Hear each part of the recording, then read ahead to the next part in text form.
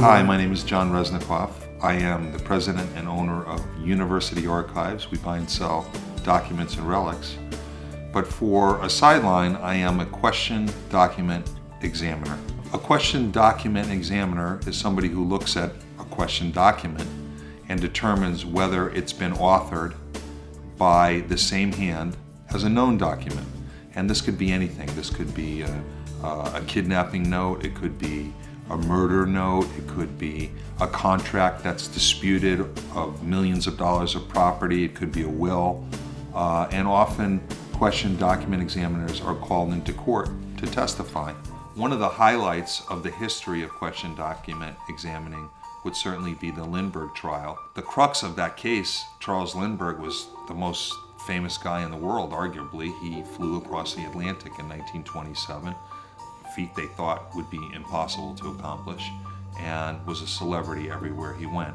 And he had this beautiful little baby boy that disappeared one day at his home, and then he got a ransom note. All evidence pointed to a man named Richard Bruno Hauptmann as the person who wrote those ransom notes and kidnapped the Lindbergh baby. Thanks to the question document examiners, including J. Vreeland Herring, they were able to convict Hauptmann of the crime, and he was executed in 1936. The process that was used back then, it's not too dissimilar to what we use now, only right now we have the advantage of technology. They had a lot of the things that we had. They had microscopes, they had magnifying glasses, but they don't have the digital spectrography that we have. They don't have very sophisticated ways of capturing handwriting and showing them on a screen and manipulating them and analyzing them. One of my main tools is called a video spectral comparator. And one of the things it does, it breaks down the composition of the ink so you can tell if something was written in the same ink as another document. It also has an ultraviolet feature.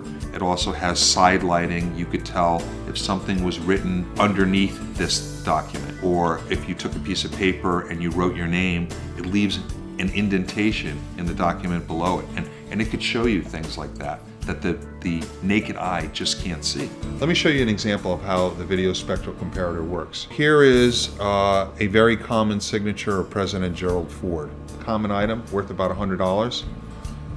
But if he signed it on the day that he took office, the day that Nixon resigned, that's a spectacular item that would be worth thousands of dollars. So we're going to take this item and we're going to put it in the machine and see what it tells us. There you see it, boldly written in black ink. We'll put it on the setting of ink.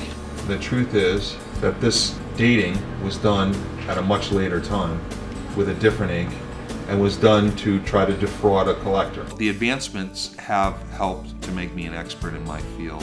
What I found is that my reports, when I write them, often it never goes to trial. They see my report, it's convincing. The truth is very important to me. There's an old saying, the truth will set you free.